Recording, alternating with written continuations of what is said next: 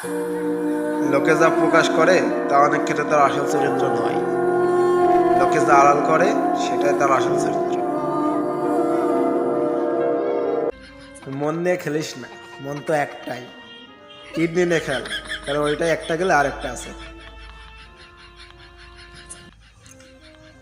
আমাকে একটু প্রপোজ করলে কি তোমার বাপ দাদা সম্পত্তি কমে যাবে? বুকে বিড়ি নিয়ে ফেস লাগতেছি না, এখন বিড়ি ছাড়া লক খুলে না।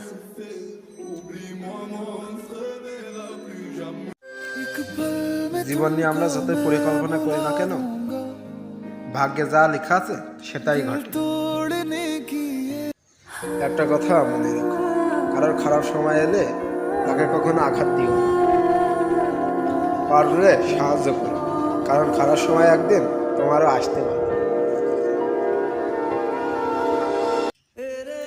কাউকে বিশ্বাস করার আগে ভেবে নেওয়া উচিত সে বিশ্বাসের যোগ্য কিনা।